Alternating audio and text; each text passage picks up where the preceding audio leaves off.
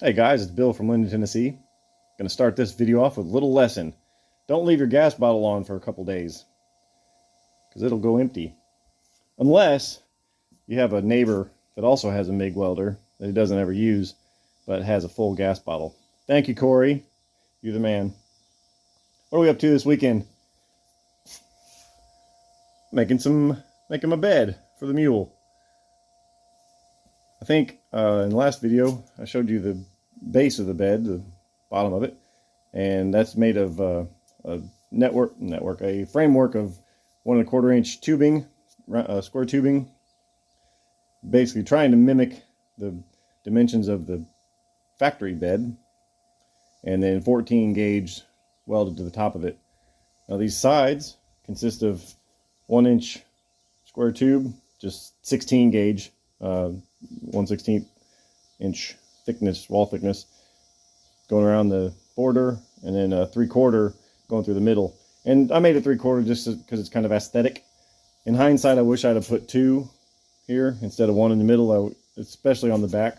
On the sides is okay because it's a little bit shorter, but on the back I think it would have been nicer if there was 2. Oh well.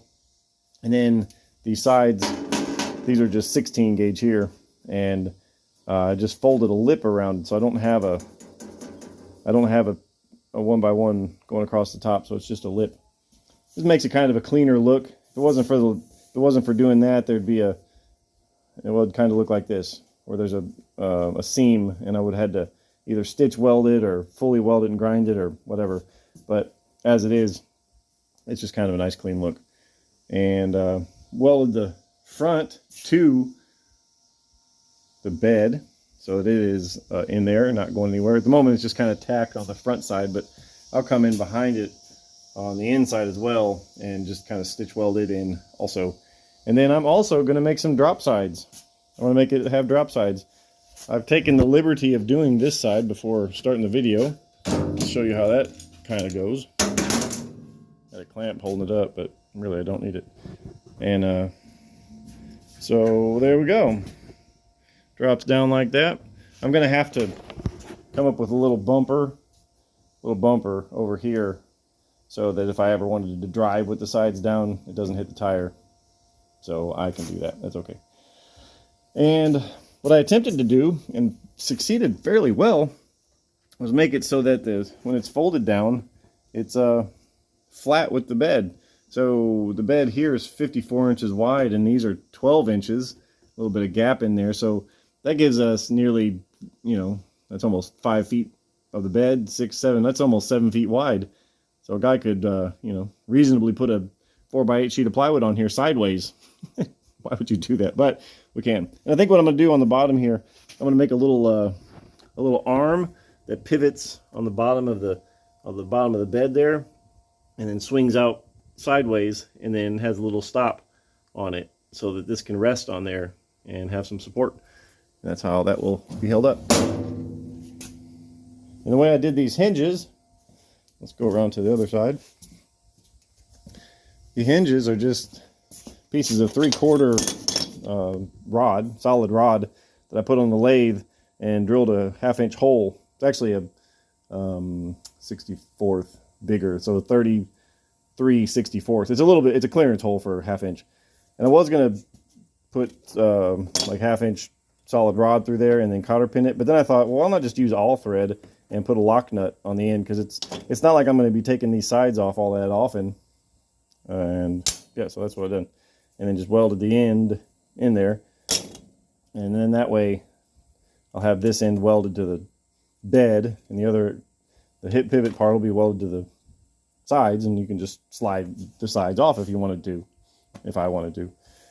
And for the securing method, once I get them I'll show you, but it's basically just one of those over center doohickeys where it's got a little loop, and it's like this. Looks like one of these. It's like one of these, sort of. So it'll have a little hook right there, and then it'll slide over and you go lock it down. And on the back I got about a set of 4 of those, and I'll try that back here to see how that works, or maybe up here to see how that works, because that'll hold these sides together and keep it from vibrating. But I also got, it's not really like one of those little gate latches that you know, it's got a little, you put it down and you come over and you put it down. It's kind of got like a spring in it and a pin. Anyway, it springs over to the thing, but I don't think that won't keep this from wobbling, because that'll end up just beating that to death and just be kind of noisy. But yep, that's what I'm going to do. And the way I got these hinges aligned, it's actually turning out much easier than I thought it was going to be. I put a piece of 16 gauge in there as a spacer, welded just an 1/8 inch tab to the you know, bearing or the hinge part, and then I'll weld this all on the sides and grind it down, make it look nice. And then to keep it lined up so that, you know, when it does fall down, it falls down good, I snuck into work and grabbed me a piece of 1/2 inch tubing and just use that for alignment purposes. But that's working out pretty good, and I can use that for the back here when I do the hinges on the back, of course. But that's it, really. And then from there, all I gotta do is come in here, and this is the really easy part. I'm gonna have the bedside so they slide out backwards, so this piece will go in there like that. You put a nut on the end, kind of tighten it finger tight so that it's, you know, locked up tight against the hinge, and then just weld it to the this part right here is the bed frame, so you just weld it straight to the bed frame, and that's it. That actually ended up being way easier than I thought it was going to be. One thing one thing I noticed is that the bed kind of is inset of the bed frame. I wish I would have noticed that before I welded the front on, but I didn't, so that's where we're at. So I'll have to probably put a spacer behind my little tab here to get it so that it's lined up with the tailgate, but that's, you know, that's all right. Yep, so that's pretty cool. That's pretty cool. And I've also made some progress on converting this to a cogged belt drive. There we go. The original driven sprocket back there had these holes drilled in it, and these holes bolt to the spline flange that was in the CVT, and so I just duplicated those holes in that cogged pulley and that one there, and then just used a piece of masking tape, folded on itself, and wrapped it around, and got my dimension for how big the belt needs to be. Of course, I can't find a belt that's that size, so it's going to be a little bit big, but I'll be able to put a different kind of tensioner on that arm and tension it. So no problemo there, I think. I don't know, we'll see. I hope that works. One thing that's kind of annoying, the motor and that input shaft weren't dead on an alignment, and that was okay with a sprocket and a chain, but with a belt you need to have those things just right on the money. So I had to loosen up the bolts on the motor mount, the bolts onto the frame, and kind of twist the motor a little bit, and it moved fine. It moved very easily and actually aligned up, so it's aligned there perfect.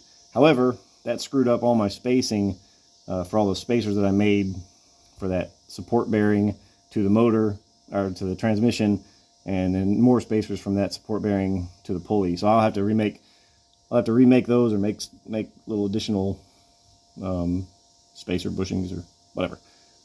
That is what we're up to now. I need to wire in my circuit breaker. That's basically my 12 volt cutoff.